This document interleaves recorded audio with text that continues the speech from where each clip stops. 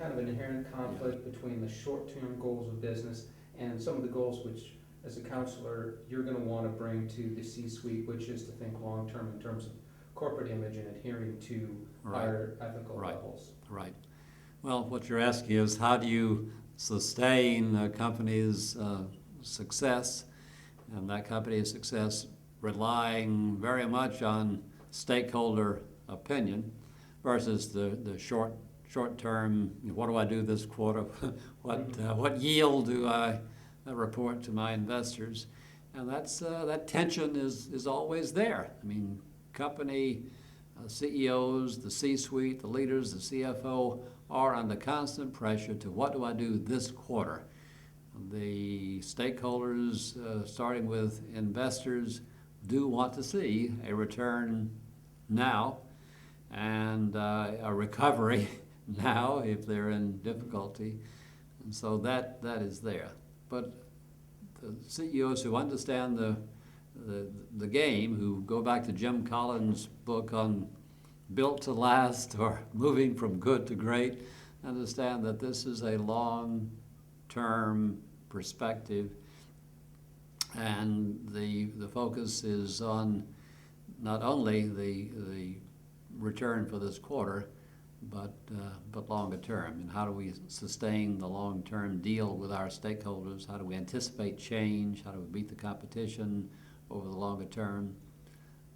Ethics come into play there, but again, it's back to honesty and fair play. Do you believe that ethical standards, I think we've touched on this a little bit, do they need to be a top-down approach, or do they need to be a bottom-up kind of grassroots movements within an organization? Or Yeah. Well, the question is, where do ethics start? And ethics, I think, starts with each individual and the kinds of people that are hired into a company, either will sustain or detract from the ethical behavior that the folks at the top want. The standard, the acceptability, the behavior that's allowed has to start at the top. And it starts with the hiring process. And it has to be exemplified by the folks in the C-suite, or at the plant level, the plant manager, or at the sales level, the sales people in charge of sales. Production, the same thing. This is what we will do. This is what this company does. Here's how we have succeeded in the past. Here's what I pledge to do. Here are our company's commitment, the Johnson & Johnson credo. Putting those things out there and showing this is what we believe, and we'll back this up. If you don't believe this, it's not a good match for you, and you probably shouldn't be doing business with us or being an employee of ours. It starts at the top, becomes a mindset, becomes a mantra, becomes rewarded or discouraged within the organization.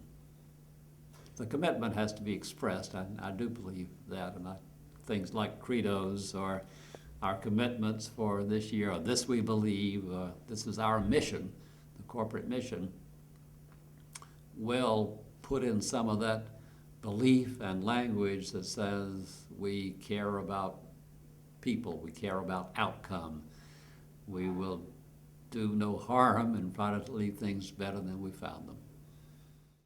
One of the reasons I asked that, in your book you talked about a recent McKinsey & Company survey of corporate leaders, and they rank the economy, or rather the environment and not the economy, as and sustainability, as you say, issues as the most important facing their companies, whereas public opinion still ranks the environment and global warming relatively low when you ask them about the most important issues. Do you think that C-suite leaders and corporate leaders are ahead of the curve of this and understanding what's going to be important in the years ahead? You ask how C-suite leaders take a position. They take a position because they understand that there's an economic impact first on their company. Then there's a social impact. Then there's a political impact when something like climate change or global warming is out there. And as far as the public, they're looking at, what do I have to pay for something, and is environmental concern You know, they almost think of the same thing. Corporate people think of the economic impact. Consumers, customers, investors are thinking about economic impact. At the corporate level, we realize we've got to get ahead of the game here. We've got to get ahead of the deal. We've got to find out what our competitors are doing. And suddenly, greening is at the top of the agenda, or high on the agenda, in the C-suite when it wasn't before, because now I've got energy involved. I've got the cost of what I have to have, the electricity, the power, plus what I put out there. What is my carbon footprint? Something I never had to think about before. I was not required to think about before. And so that's why it moved up in that McKinsey survey to very high, if not number one, high on the agenda. While out here in the public, you ask people, you know, how do you feel about buying green or not buying green? In their mind is, I don't know, how much is it going to cost me? You know, can I get it for free?